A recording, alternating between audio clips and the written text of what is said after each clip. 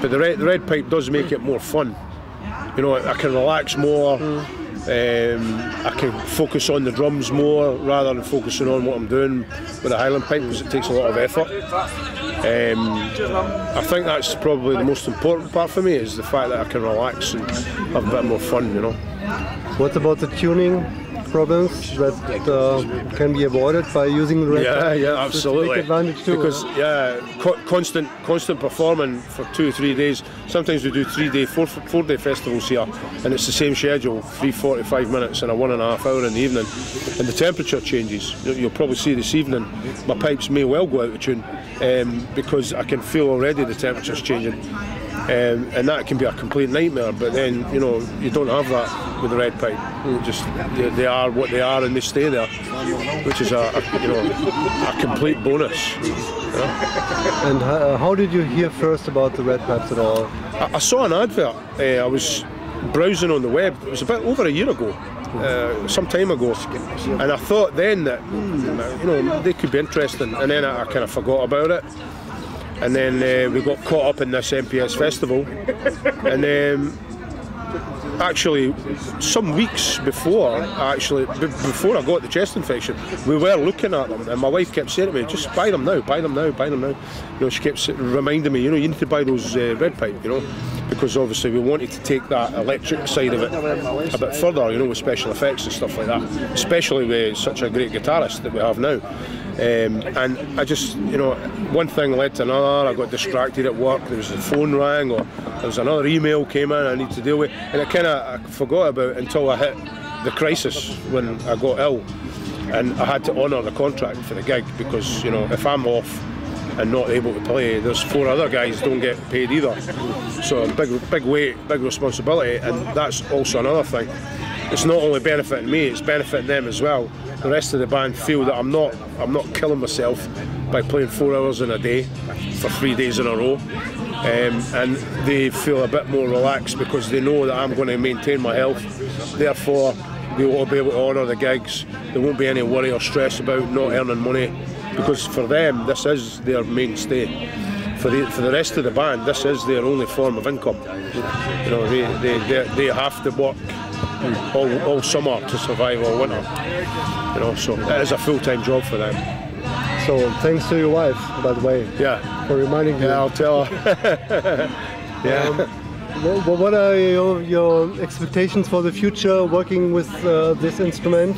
Do you expect that it will have an impact on your tunes, on your music?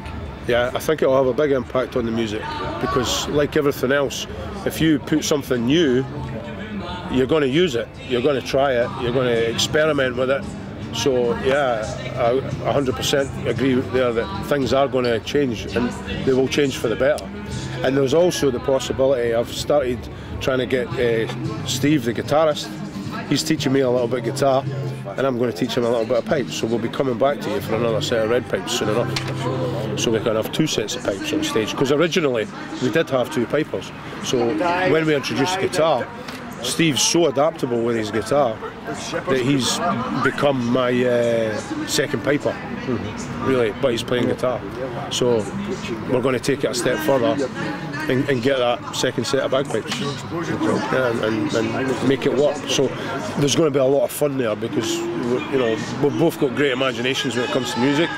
Already, I mean, the guy was in the band, you know, a couple of weeks, and we'd already at rehearsals brought in a couple of new tracks, you know, in a matter of weeks. You know, and most people would be trying to find their way and learn their tunes, but he can nail them. He's just got that ability. He's got a good ear. So it's going to be fun. So, and you will be glad to use some different chords in the future also? Yeah, most definitely. Because there is a lot of tunes out there we would like to cover for fun. I prefer to have our own music. I don't want to fall into that category of being a cover band. We will always have our own music, but it'd be nice to throw in a couple of tracks in a festival with, you know, a couple of little special rock and roll tracks, and, you know, like AC/DC. Everybody does AC/DC, but it works. People love it, you know. Yeah, it's a way to get the audience attraction, because they hear something that they already know. Something they recognise, yeah. I mean, we do it a little bit with the Bad Holly one. There's a bit of Buddy Holly riff there, and there's also Up You Rock You, which is a bit like We Will Rock You from Queen. There's intonations of that in there as well, you know. So yeah, it's great fun. Cool, thank you. You're welcome. Cheers. Irgendwas, was du wissen willst? Warum hat Metal? Also, okay. Okay, one additional question from Rolf. Yeah. Why did you especially choose the metal red pipe and not the Caledonia, the Great Highland? Well, at first I liked the Dragon. I thought it looked a bit different, but it didn't come with it. But I thought the metal pipe, I looked at all the others, and the metal pipe seemed to have everything that all the others had, but they looked different, you know, in the drones. And I wanted something that looked a bit different as well. You know, they looked a bit more medieval, yeah, rather than buying another set of Highland-looking pipes. I didn't want to fool anybody either. You know what I'm saying? I make it known that they are, you know, electronic pipes.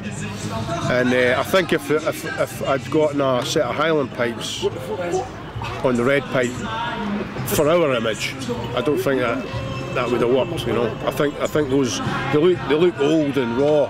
You know, they've got a nice look to them, a nice feel as well. You know, yeah, chunky.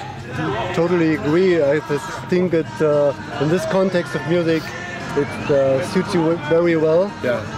And Caledonia, I mean, the Great Highland bagpipe would be difficult for this kind of music, because it's not the pipes and drums concept, but more rough and more going back concept. Back in time, before Victorian.